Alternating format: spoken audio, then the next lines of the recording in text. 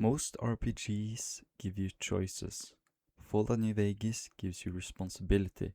Released in 2010 by Obsidian Entertainment, Fallout New Vegas is technically the fourth game in the franchise.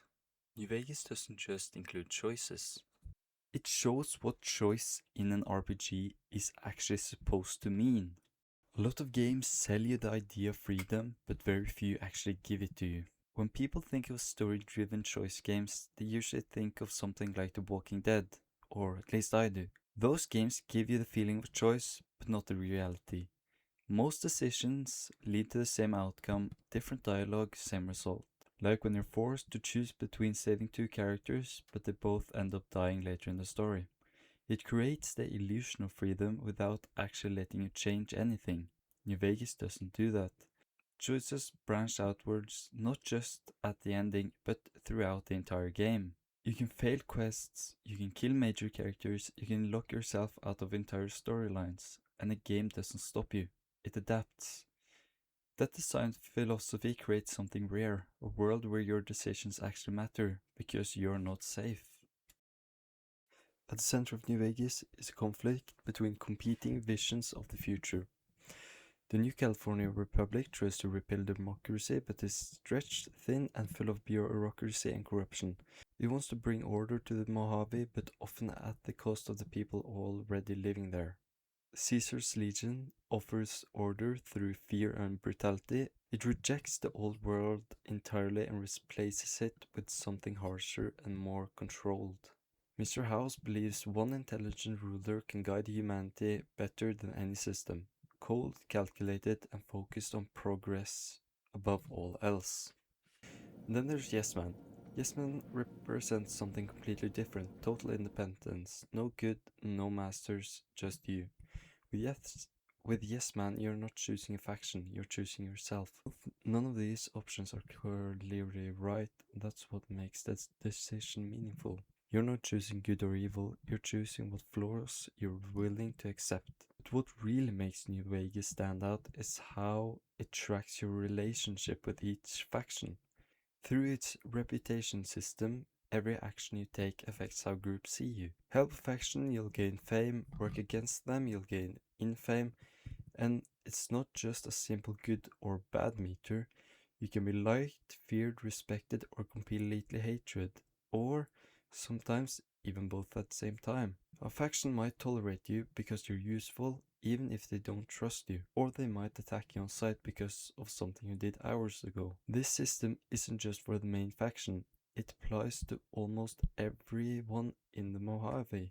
That's where the smaller factions come in. Brotherhood of Steel in isolation, obsessed with preserving old technology but struggles to survive in a world that no longer needs them. The Great Khans. Dying tribe trying to hold on to their identity while being pushed further and further out of relevance. The Powder Gangers. They are escaped convicts who take over NCR facilities, turning them violent. The Fiends are in chaos incarnated raiders, fueled by chems, New Vegas's drugs, and they represent what happens when society completely collapses. Groups like Vipers and Jackals remind you that the wasteland is still wild, still dangerous, and still unpredictable. And the important part is, these factions aren't just background details. You can interact with them, help them rise, wipe them out, or ignore them completely. And those choices don't stay small. To understand why New Vegas worked so well, you have to go back to the beginning. Fallout 1 and 2 were very different games. They were isometric, slower, and heavily focused on player choice and consequences. You could solve problems in multiple ways through combat, speech, stealth, or just clever thinking. And most importantly, they trusted the player to deal with the outcome. When Bethesda Game Studios bought the Fallout IP from Interplay Entertainment, they released Fallout 3 in 2008, and the series shifted. It became more about exploring and spectacles, now in full 3D as well. Fallout 3 is still a great game, but the role-playing depth was simplified. Choices became more binary, good or evil karma systems, and clear morality. New Vegas is what happens when that modern Fallout formula gets combined with the design philosophy of the original games. Many of the developers at Obsidian had worked on the classic Fallout titles, and you can feel that in the DNA in every system. One of the boldest things New Vegas does is let you break it. You can kill almost anyone, even major story characters. In most games that would be impossible. Here it's expected. The game accounts for it. It reroutes quests, opens new paths, or simply lets you live with the consequences. You're not following a story, you're shaping one. Mechanically, New Vegas isn't perfect. The combat is clunky, the visuals are dated, and the game was famously buggy at launch. But that's not why people still talk about it. What matters is that it's respected by the player. It doesn't hold your hand, it doesn't force a morality viewpoint, and it doesn't protect you from bad decisions. And that kind of design is still rare. Fallout New Vegas isn't just a great Fallout game. It's a reminder of what RPGs can be.